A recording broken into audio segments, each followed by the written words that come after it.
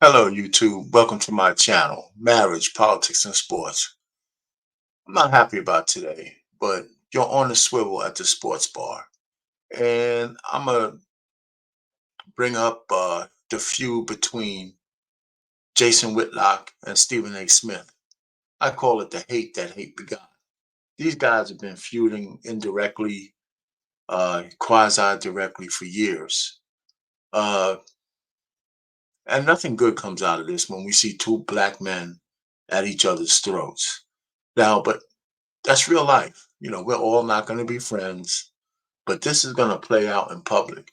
And I'm gonna call myself a content creator. I have a very small channel, but I have a sports show, and there's no way I could ignore talking about this. I think we're going to be hearing about this for a while. Before I start bringing them up and show you a little bit about what's going on, I'll put their full things in the description. But I would like you to like, share, subscribe to my channel, hit that notification bell, and put some comments in. Everybody who's a sports fan should have some kind of comment to what's going on here. And Jason Whitlock essentially calls Stephen out as a plant, a fraud. And Stephen A resorts to some pretty strong language to talk back about Jason Whitlock. So it's gonna rage on because both of these guys have a microphone and both of these guys are not going to back down from each other. So it should be interesting, but I don't think it's going to be anything to celebrate. How about that? So without further ado, I'm gonna bring up Jason Whitlock first and see he fired the shots first, if you ask me, and then Stephen A. Smith responds. And today Jason came out with another response, but I'm not gonna put that as part of this video, because this thing is gonna be going on and on and on. So we'll have another chance to come back to this again. I'm gonna just kind of, if I can, well, just listen up and let's go ahead. So just bear with me. I'll bring up Jason and then we'll bring up uh Stephen A. Smith.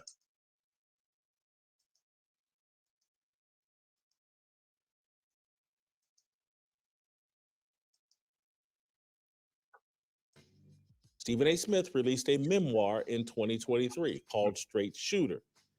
I read it. It's farcical.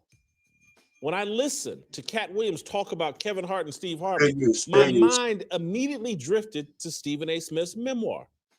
Smith's story just doesn't add up. He, or his ghostwriter, claims he received a full basketball scholarship from Winston-Salem State after a one-day tryout in February of 1988.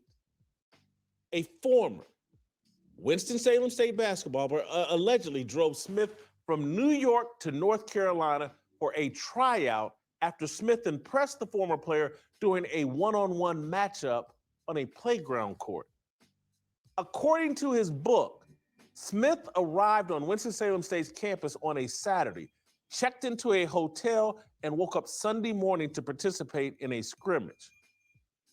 Now, I want to pause here just for a second and give you a bit more context before I explain this full story.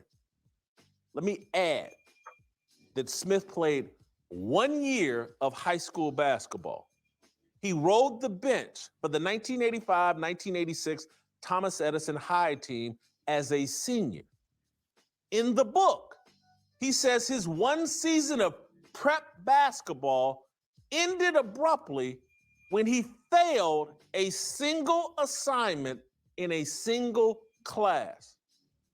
He didn't fail the class, he failed an assignment and was removed from the team. That's according to his book. That just a guy fails an assignment and is removed from his high school basketball team. So after his abbreviated high school career, which involved him riding the bench for half the season, Smith matriculated to the Fashion Institute Technology College of New York. It's a school for men and women that want to get into fashion. Smith enrolled so he could play on Fitz' junior college basketball team. He rode the bench at Fit too. In his book, hold for 1 second.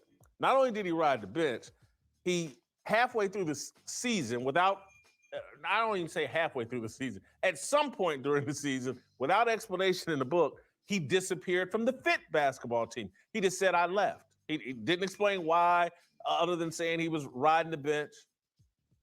But I want to read to you.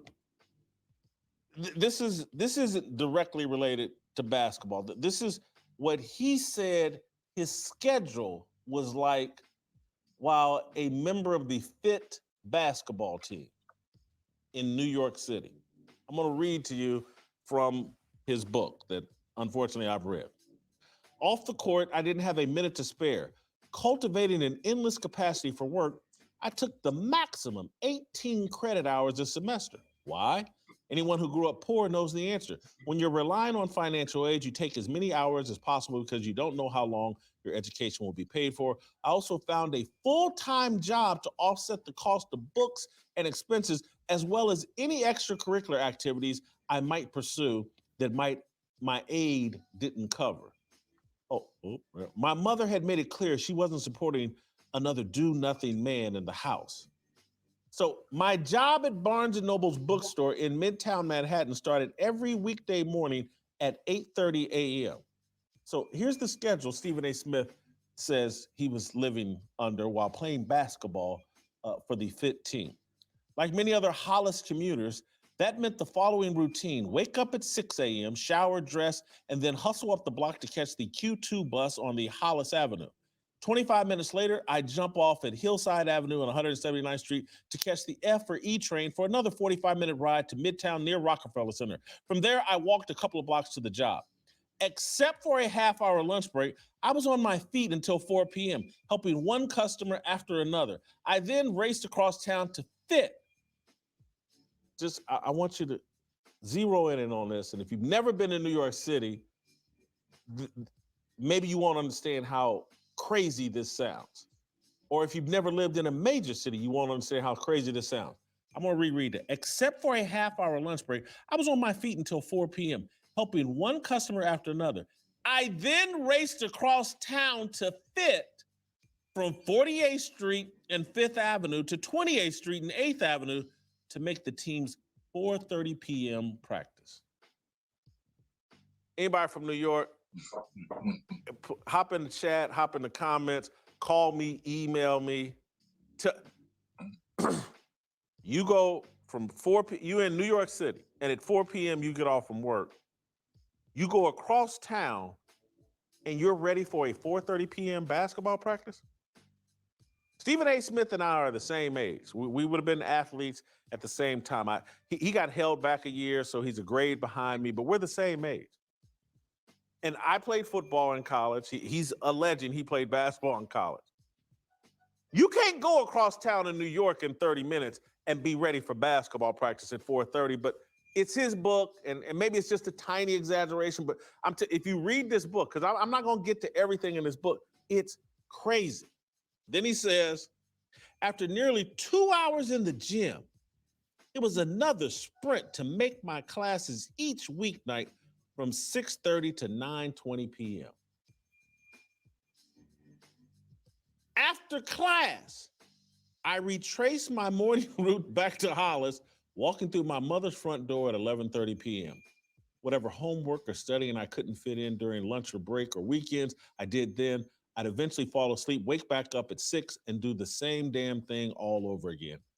So let me stop it there. You get the gist of what Jason Whitlock is doing, right? He is debunking a lot of information in Stephen A. Smith. Now, this is just the beginning. You have to listen to Jason Whitlock himself. I'm not going to play the whole thing here. I'm going to put his rant, and it starts at maybe the 24-minute mark. You can listen to the whole show. But he goes on for a good amount of time about what he thinks about Stephen A. Smith's book and the credibility of what he writes in there. And he kind of debunks, or at least tries to debunk a lot of stuff in that book, and it's going to be hard to argue with what he's trying to do. I mean, it's as simple as that. So I'm gonna stop sharing this, and then I'm gonna share Stephen A's part of this, and I'm not gonna play the whole thing either. I'm gonna play a few minutes, so under fair use, and then you go. I'm gonna put Stephen A's link in here, and you guys can go through all the details, match up the stories, match up your rebuttals, and this is just the beginning, folks. There's nothing going to be resolved by what we're doing here. This is just the beginning, and these two black men are going to be at each other's throats all over the airways. And there's going to be much better content creators than myself talking about this. But you know what? I'm going to join the fray because I have my Wednesday show at 6 o'clock. And some of you need to come in and just chime in, just be in the comments. I may drop the link, I may not, but I put a nice little show together and I try to, cover all the events. There's no way you can have a sports show without talking about this feud. So without further ado, we're going to bring up Stephen A. Smith and we're going to hear what he has to say.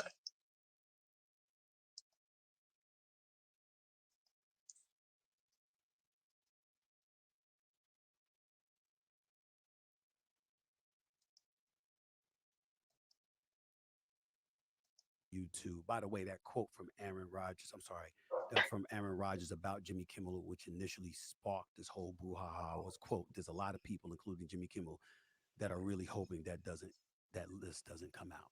That's what he had said. Couldn't find it for some reason. I apologize. Let me get back to the subject at hand. Ladies and gentlemen,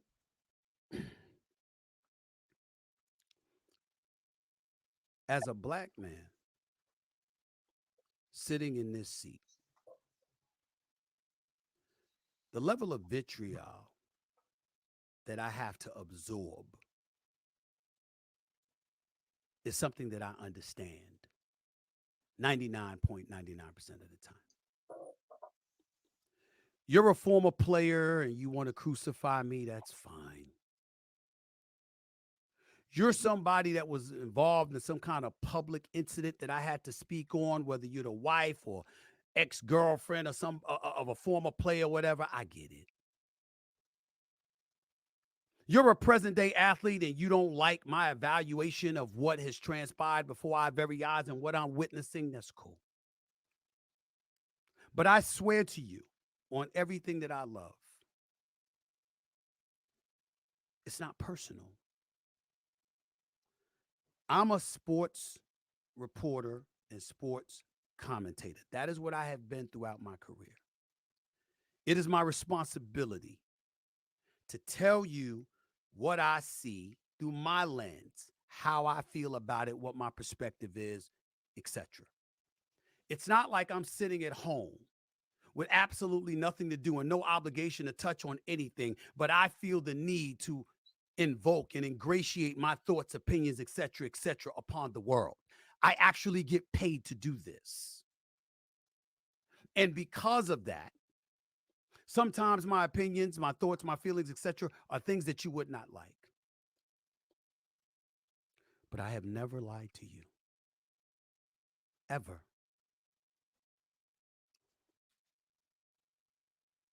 If I wrote a story or I wrote an article, it's based on the things that I've been told, what I've seen, and what I feel. It is rare that I talk about myself on a personal level because my personal life is not anybody's business and I don't get into other people's personal life. It's not something that I do. Many figures in the world of sports find themselves in personal situations, not lawlessness, not unlawful things or anything like that, but there's plenty of situations, Michael, Sherry, Juvie, where I've seen certain things and I turned a blind eye and a deaf ear to it because it's none of my business. And I leave it alone. And one of the other things that I never do, I never attack my colleagues. I might disagree with something somebody says or does, and I might have an obligation to speak on it because it's in the news or whatever, but I don't speak against my colleagues. Once humanity comes into play, that's a given. Here's the other. That's not real work. Think about this for a second. I'm supposed to be covering sports, but I make a career out of talking about my colleagues. That ain't work. That's you finding some slick way to get a check because you can't get a job. That's Jason Whitlock. That's who the hell he is. Now, I have sat back for years, at least 9 to 10 years, saying absolutely nothing about this man. I never uttered the words fat bastard out of my mouth until a few months ago. So that means that the previous 9 years, you never heard me speak on him at all. But now it's necessary. Excuse me. Because you see, if you listen to the fat bastard, I didn't play high school ball, even though my coach's name was Harvey Stoller. It was Thomas A. Edison Vocational and Technical High School. I played there my senior year. I was in a basketball tournament at Fashion Institute of Technology where I dropped 27 points and got a scholarship because the coach came calling me after that and what have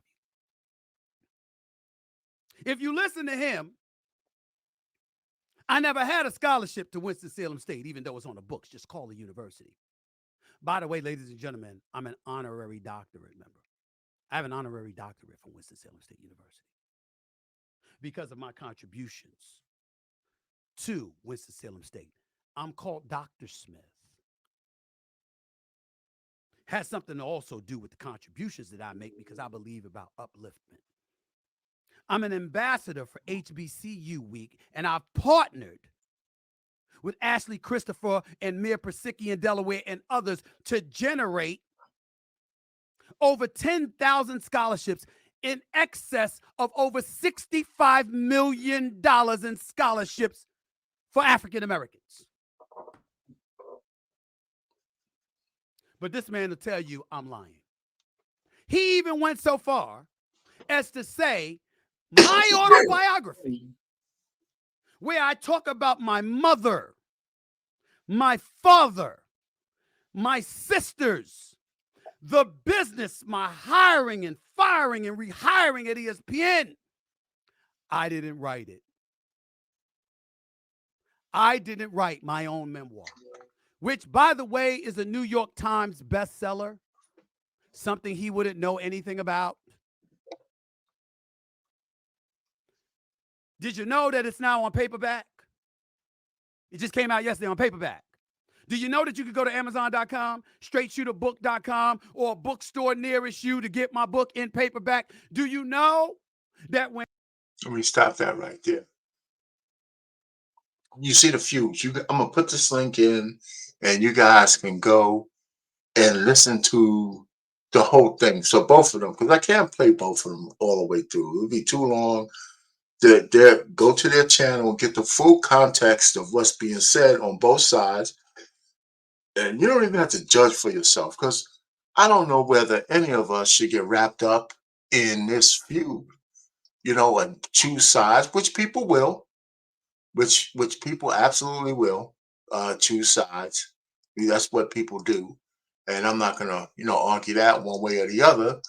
But here we are, and there's no winners in this.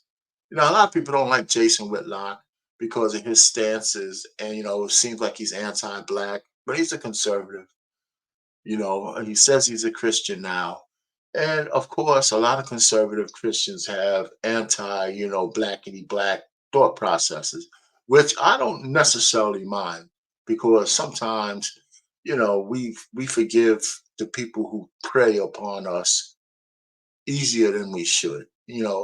That's just another story. Well, anyway, listen, go check out both of these. If you're interested in this, you can go to Whitlock's channel and hear what he has to say in full. You can go to Stephen A's channel, listen to what he has to say in full, and you make a decision yourself, or just enjoy the just enjoy the ride. You know what I'm saying? Our pain, marriage, politics, and sports. We're on the swivel at the sports bar. Over and out.